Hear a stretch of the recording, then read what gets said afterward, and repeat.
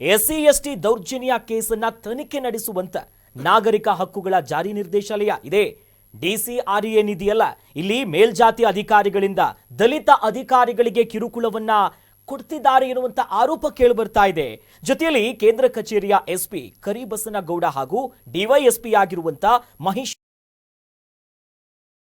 ಅವರು ಆರೋಪಿಸಿ DCRE DG Umesh Kumar ಅವರಿಗೆ ದೂರನ್ನ ಸಲ್ಲಿಸಿಬಿಟ್ಟಿದ್ದಾರೆ. ವಿಚಾರವಾಗಿ ಇನ್ಸ್ಪೆಕ್ಟರ್ ಶ್ರೀನಿವಾಸ್ ಅವರು ಮಾತನಾಡಿದ್ದಾರೆ, ಅದನ್ನ ನೋಡ್ಕೊಂಡ್ ಬರೋಣ. ನಮಸ್ಕಾರ ಸರ್. ಶ್ರೀನಿವಾಸ್ ಅಂತ police inspector, DCRE west police station. Sir, ಇತ್ತೀಚೆಗೆ ಯಾಕೋ ಮನಸ್ಸಿಗೆ ಬಹಳ ಬೇಸರ ಆಗ್ತದೆ. ಪೊಲೀಸ್ ಇಲಾಖೆ ಅಲ್ಲಿ ಮತ್ತೆ ದಲಿತರ ಪರವಾಗಿ ಕೆಲಸ ಮಾಡೋದೇ ದೊಡ್ಡ ತಪ್ಪು ಅನಿಸುತ್ತೆ. ಅದರಲ್ಲೂ ನಾವು ದಲಿತ ಅಂತ ಹೇಳ್ಬಿಟ್ಟು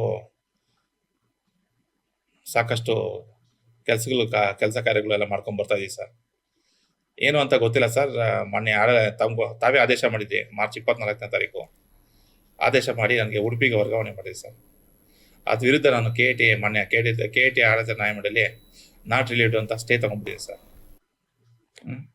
ನನಗೆ ಅಧಿಕೃತವಾಗಿ ಇವತ್ತರೆಗೂ DCRE ಇಂದ ಯಾರೂ ಬಿಡುಗಡೆ ಮಾಡಿಲ್ಲ ಸರ್. ಆಯ್ತಾ, ಬಿಡುಗಡೆ ಮಾಡಿದೆ ಅಂತ ಹೇಳ್ಬಿಟ್ಟು ಮಾನ್ಯ ಶ್ರೀಯುತರಾದ ಕರಿಬಸನಗೌಡರು SP, ಅವರು DYSP ಹುದ್ದೆ ಮಾತ್ರ ಇರೋದು, SP ಹುದ್ದೆ ಅಲ್ಲ ಸರ್.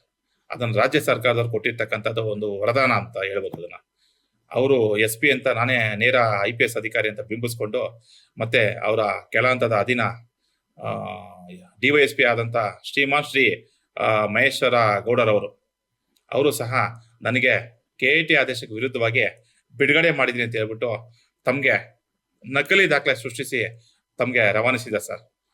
ತಾವು ಸ್ವಲ್ಪ ಕೂಲಂಕಷವಾಗಿ ಪರಿಶೀಲನೆ ಮಾಡ್ಬೇಕು ಸರ್. ಯಾಕಂತ ಹೇಳಿದ್ರೆ ನಮ್ಮಂತ ಅಧಿಕಾರಿಗಳು 20 ವರ್ಷ ಸೇವಾವಧಿ ಆಗಿದೆ ಸರ್. ಇಲಾಖೆಯಲ್ಲಿ ಯಾವುದೇ ಕಪ್ಪು ಚುಕ್ಕೆ ಇಟ್ಕೊಂಡಿಲ್ಲ ಸರ್, ಇವತ್ತರೆಗೂ ಇಟ್ಕೊಂಡಿಲ್ಲ. ತಮ್ಮನ್ನು ನಾನು 3 ಸಲ ಬಂದು ಭೇಟಿ ಮಾಡಿದ್ದೀನಿ. ನಾನು ಮನವಿನೂ ಸಹ ಕೊಟ್ಟಿದ್ದೀನಿ, SC ST ಆಯೋಗಕ್ಕೂ ಕೊಟ್ಟಿದ್ದೀನಿ ಸರ್, ಮತ್ತೆ ಸದನ ಸಮಿತಿಗೂ ಕೊಟ್ಟಿದ್ದೀನಿ ಸರ್. ಆಯ್ತಾ, ನಾನು ಯಾವುದೇ ಒಂದು ಕುಂದುಕೊರತೆಗಳಿಗೆ ಸ್ಪಂದಿಸ್ತಾ ಇಲ್ಲ.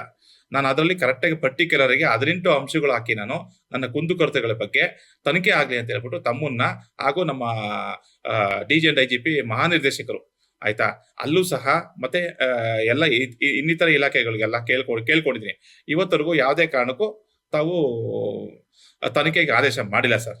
ಮೊನ್ನೆ ಯಾವುದೋ ಒಂದು ಸಣ್ಣ ಒಂದು ಪ್ರಕರಣಕ್ಕೆ ಸಂಬಂಧಪಟ್ಟಂಗೆ ಬೆಳಗಾಂ SP ಅವ್ರನ್ನ ಕರೆಸ್ಬಿಟ್ಟು ಇದು ನನಗೆ ಇದು KIT ಆದೇಶ ವಿರುದ್ಧವಾಗಿ ಮತ್ತೆ ನಾನು SC ST ಆಯೋಗದಲ್ಲಿ ವಿಚಾರಣೆಯಲ್ಲಿ ಇರಬೇಕಾದ್ರೂ ಸಹ ತಾವು ಪುನರಾವರ್ತನೆ ಮಾಡಿ ತನಿಖೆ ಮಾಡಿ ಎಲ್ಲ ದುಂಬಾಲ್ ಬಿದ್ದು ತಾವುಗಳು ದೊಡ್ಡವರು ದುಂಬಾಲ್ ಬಿದ್ದುಬಿಟ್ಟು ಎಲ್ಲ ವರದಿ ಕೊಡಿ ಅಂತ ಕೇಳ್ತಾ ಇದೆ ಸರ್. ಎಲ್ಲಿವರೆಗೂ ಬಂತು ಸರ್ ನಮ್ಮ ಪೊಲೀಸ್ ಇಲಾಖೆ ಸರ್? ಬಹಳಷ್ಟು ಬೇಸರ ಆಗಿದೆ ಸರ್. ನನ್ನ ಕುಟುಂಬಕ್ಕೆ ಬಹಳ ಘಾಸಿ ಆಗ್ತಾ ಇದೆ. ನಾನು ಏನು ಕೆಲಸ ಮಾಡಿದ್ದೀವಿ ಅಂತ ಹೇಳ್ಬಿಟ್ಟು ಇವತ್ತವರೆಗೂ DCRE ಸೆಲ್ಲಲ್ಲಿ, ಆಯ್ತಾ, ಯಾವುದೇ ಒಬ್ಬ ದಲಿತರನ್ನು ಕೇಳಬಹುದು. ಆಯ್ತಾ, ನಿನ್ನೆವರೆಗೂ ಕರ್ತವ್ಯ ನಿರ್ವಹಿಸ್ಕೊಂಡು ಬರ್ತಾ ಇದೀನಿ. ಆದ್ರೆ ನನಗೆ ಅಧಿಕೃತವಾಗಿ ಯಾವುದೇ ಒಂದು ಬಿಡುಗಡೆ ಆದೇಶ ತಾವಾಗ್ಲಿ ತಮ್ಮ ಅಧಿಕಾರಿಗಳಾಗ್ಲಿ ಮಾಡಿಲ್ಲ ಸರ್. ಮಾಡಿದೀನಿ ಅಂತ ಹೇಳಿದ್ರೆ ಅದು ನಕಲಿ ದಾಖಲೆ ಸರ್. ಅದನ್ನೇನು ಹೆಚ್ಚಾಗಿ ಹೇಳಕ್ ಹೋಗಲ್ಲ ಸರ್. ಈಗ ನಾನು ನಮ್ಮ ರಾಜ್ಯ ಸರ್ಕಾರ, ಅಹಿಂದ ಸರ್ಕಾರಕ್ಕೆ ನಾನು ತಿಳಿಸುವುದೇನೆಂದರೆ, ಆಯ್ತಾ, ದಲಿತ ಅಧಿಕಾರಿಗೆ ಕರ್ನಾಟಕ ರಾಜ್ಯ ಸರ್ಕಾರದಲ್ಲಿ ರಕ್ಷಣೆ ಇಲ್ದಂಗಾಗಿದೆ. ಆಯ್ತಾ, ನಮ್ಮಲ್ಲಿ ಎಲ್ಲ ಈ ಕರಿಬಸನಗೌಡರು, ಮಹೇಶ್ ಗೌಡ್ರು ಇವ್ರದ್ದು ಎಲ್ಲ ಆಗೋಗಿದೆ ಸರ್. ಆಯ್ತಾ, ದಯವಿಟ್ಟು ನಾನು ಹೇಳೋದಿಷ್ಟೇ ಸರ್, ತಮಗೆ ಹಿರಿಯ ಅಧಿಕಾರಿಗಳಾಗಿದ್ರ, ಆಯ್ತಾ, ದೊಡ್ಡವರಾಗಿದ್ರ, ನಾನು ಒಂದು 20 ವರ್ಷ ಸೇವಾವಧಿ ಸಲ್ಲಿಸಿದ್ದೀನಿ, ಒಂದೇ ಒಂದು ಕಪ್ಪು ಚುಕ್ಕೆ ಇಲ್ಲದೆ. ಅಹಿಂದ ಸರ್ಕಾರದಲ್ಲಿ ದಲಿತ ಅಧಿಕಾರಿಗಳಿಗೆ ಸಮಸ್ಯೆ ಆಗ್ತಿದೆ, ನಮ್ಮನ್ನು ಕೇಳಿ ಅಂತ ಇಂಥ ದಯಾನೀಯ ಪರಿಸ್ಥಿತಿಗೆ ಬಂದ್ಬಿಡ್ತಾ ಅಂತ ಸರ್ ಇಲಾಖೆಯಲ್ಲಿ. ಈಗ ಅವರು 2 ಸರಿ ಫ್ಯಾನ್ ತೋರಿಸ್ಕೊಂಡು ಮಾತಾಡ್ತಾ ಇದ್ರು. ಅಂದರೆ ಅಸಹಾಯಕ ಸ್ಥಿತಿಯನ್ನು ತೋಡ್ಕೋತಾ ಇದ್ರು. ಅಂದರೆ ಮೇಲಾಧಿಕಾರಿಗಳನ್ನು ಒತ್ತಿ ಹೆಸರು ಹೇಳ್ತಾರೆ. DYSPಗಳಿಬ್ರು, ಅಂದರೆ SP ಶ್ರೇಣಿಯಲ್ಲಿ ಇದ್ರು ಕೂಡ DYSP ಶ್ರೇಣಿಯವರೇ ಅವರು. SP ಅನ್ನೋದು ವರದಾನ ಸರ್ಕಾರ ಮಾಡಿಟ್ಟಿರೋದು DYSP ಶ್ರೇಣಿಯವರೇ.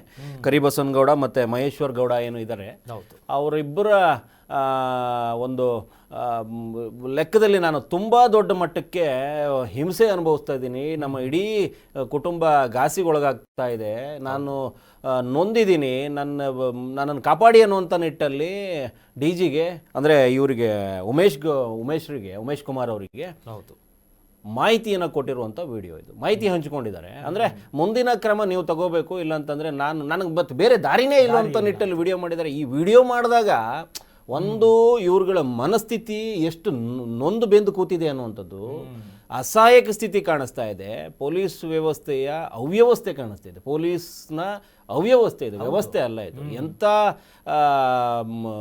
ಕಾನೂನಿನಡಿಯಲ್ಲಿ ತಗೊಂಬಂದಿರುವಂಥ ಇಡೀ ರಾಜ್ಯವನ್ನು ಹಿಡಿತದಲ್ಲಿ ಇಟ್ಕೊಂಡಿರುವಂತಹ ವ್ಯವಸ್ಥೆ ಏನಾದರೂ ಇದ್ರೆ ಅದು ಪೊಲೀಸ್ ವ್ಯವಸ್ಥೆ. 24 ಗಂಟೆ ಅವ್ರೇನಾದ್ರು ಮೈ ಮರೆತು ಬಿಟ್ರೆ ರಾಜ್ಯ ಅಲ್ಲೋಲ ಕಲ್ಲೋಲ ಆಗ್ಬಿಡುತ್ತೆ ಅನ್ನುವಂಥ ನಿಟ್ಟಲ್ಲಿ ಆ ವ್ಯವಸ್ಥೆಯಡಿ ಕಾರ್ಯನಿರತರಾಗಿರುವಂಥ ಒಬ್ಬ ಪೊಲೀಸ್ ಇನ್ಸ್ಪೆಕ್ಟರ್ ಹೇಳ್ತಾರೆ, ನಾನು ದಯನೀಯ ಪರಿಸ್ಥಿತಿಲಿದ್ದೀನಿ ನಾನು ಅನ್ನೋ ನಿಟ್ಟಲ್ಲಿ ಯೋಚನೆ ಮಾಡಿಕೊಂಡು ಮಾತಾಡ್ತಾ ಇದ್ದಾರೆ. ತನ್ನ ಕುಟುಂಬಕ್ಕೆ ಅಂದರೆ ನನ್ನ ಸಂಸಾರಕ್ಕೆ ಘಾಸಿ ಆಗ್ತಾ ಇದೆ, ಅಂದರೆ ತೊಂದರೆ ಆಗ್ತಾ ಇದೆ ಅನ್ನೋ ನಿಟ್ಟಲ್ಲಿ ಮಾತಾಡ್ತಾ ಇದ್ದಾರೆ. ನ್ಯಾಯದ ನಿರೀಕ್ಷೆ ಹೌದು, ಎಲ್ಲಿ ಮಾಡಬೇಕು ನ್ಯಾಯದ ನಿರೀಕ್ಷೆ? ಈ ಹಿಂದೆ ನಾವು ಆಗಲೇ ಮಾತಾಡಿದ್ವಿ, MK ಗಣಪತಿ ಅಂತವರೆಲ್ಲ ಈ ರೀತಿ ಮಾಹಿತಿ ಹಂಚ್ಕೋತಾನೆ ಸೂಸೈಡ್ ಆಗಿದ್ದು ನೋಡಿದ್ವಿ. ಅವರ ಮುಖದಲ್ಲಿ ಆ ಒಂದು ಅಳುಕು ಕಾಣಿಸ್ತಾನೆ ಇತ್ತು. ಅಂದರೆ ನ್ಯಾಯದ ನಿರೀಕ್ಷೆ ಮಾಡ್ತಾ ಇದ್ದೀನಿ, ನೀವು ಮಾಡ್ತಿರೋ ಇಲ್ಲೋ ಅನ್ನುವಂಥ ನಿಟ್ಟಲ್ಲೇ ಅವರು ಹೇಳಿಕೆಗಳು ಕೊಟ್ಟರು. ಈಗಲಾದರೂ ಎಚ್ಚೆತ್ಕೋಬೋದು, ಅವ್ರು ಇನ್ನೂ ಬದುಕಿದ್ದಾರೆ. ತುಂಬ ದೊಡ್ಡ ಮಟ್ಟಕ್ಕೆ ಹೋಗುವಂಥ ಕಾಲಘಟ್ಟ ಹತ್ತಿರ ಇದ್ದಂಗೆ ಅವ್ರ ಮಾತುಗಳು ಕಾಣಿಸ್ತು. ನೀವು ಯಾರೂ ಅದ್ರ ಬಗ್ಗೆ ಕಟ್ಟುನಿಟ್ಟಿನ ಕ್ರಮಕ್ಕೆ ಹೋಗ್ತಾ ಇಲ್ಲ, ಯೋಚನೆ ಕೂಡ ಮಾಡ್ತಾ ಇಲ್ಲ.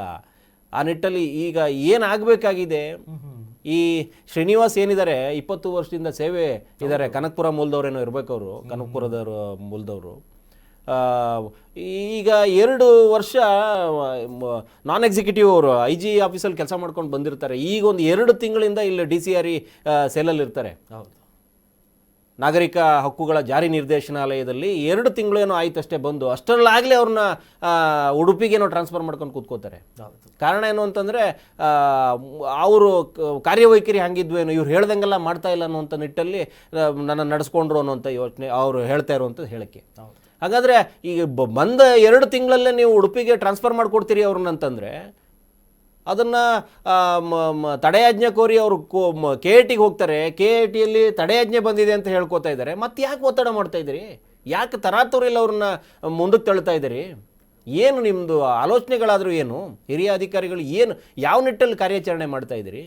ಒಂದು. ಎರಡನೆಯದು, ಈ ಶ್ರೀನಿವಾಸ್ ಅವರ ಹೇಳಿಕೆ ಮತ್ತು ಅವರ ಸಂಪರ್ಕದನ್ನು ಯೋಚನೆ ಮಾಡ್ತಾ ಹೋದರೆ ಏನಾಗಿದೆ, ಈ ಕಳೆದ ಒಂದಷ್ಟು ತಿಂಗಳುಗಳಲ್ಲಿ ಒಂದು ಕೇಸು ಇವರೆಲ್ಲರ ಕುತ್ತಿಗೆ ಬರುವಂಥ ನಿಟ್ಟಲ್ಲಿ ಯೋಚನೆ ಮಾಡಿದೆ. ಯಾರೋ ಒಬ್ಬ ಕೆಲಸ ಕೊಡಿಸ್ತೀನಿ ಅಂತೇಳಿ ಒಬ್ಬ ಮೋಸ ಮಾಡಿದಂಥ ವ್ಯಕ್ತಿ ಅವನ ಪರವಾಗಿ ಒಂದಷ್ಟು ತನಿಖಾ ವರದಿ ಒಪ್ಪಿಸ್ಬಿಡಿ ಅನ್ನುವಂಥ ನಿಟ್ಟಲ್ಲಿ ಇವರಿಗೆ ದೊಂಬಾಲು ಬಿದ್ದಿದ್ದಾರೆ ಅಧಿಕಾರಿಗಳು ಅನ್ನುವಂಥದ್ದನ್ನೇ ಅವರು ಮಾರ್ಮಿಕವಾಗಿ ಹೇಳ್ತಾ ಇರೋದು. ನಾವು ಬಲ್ಲ ಮೂಲಗಳಿಂದ ಕೇಳಿದಾಗ ಹಾಗೆ ಅನ್ನಿಸ್ತಾ ಇರುವಂಥದ್ದು ಅದೇ ಕೇಸ್ ಇರ್ಬೋದು ಅನ್ನುವಂಥ ನಿಟ್ಟಲ್ಲಿ.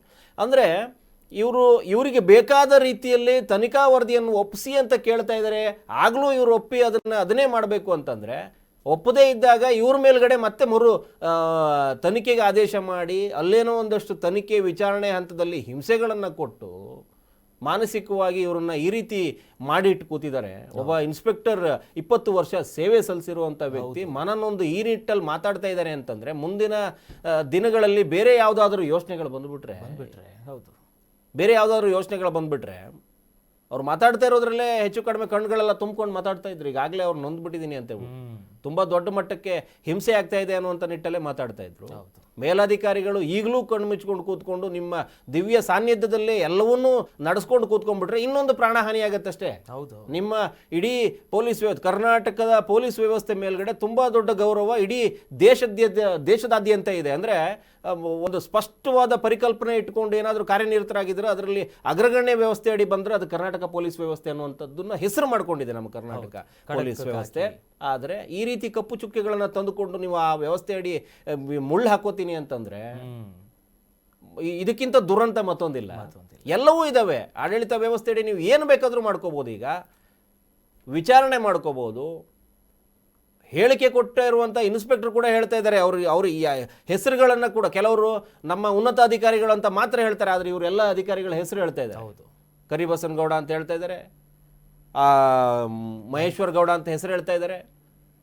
ನಿಮ್ಮ ಎಲ್ಲರ ಹತ್ರನೂ ಬಂದೆ, ಉಮೇಶ್ ಗೌಡ್ರು DG ಅವ್ರ ಹತ್ರನೂ ಬಂದೆ ಅಂತ ಹೇಳ್ತಾ ಇದ್ದಾರೆ. ಎಲ್ರಿಗೂ ಕಳಿಸ್ಕೊಟ್ಟಿದ್ದಾರೆ. ಅಂದರೆ ಒಬ್ಬರನ್ನ ಕಾಪಾಡ್ಕೋಬೇಕಾದ ಜವಾಬ್ದಾರಿ ನಮ್ದಿದೆ ಈಗ. ಹೌದು.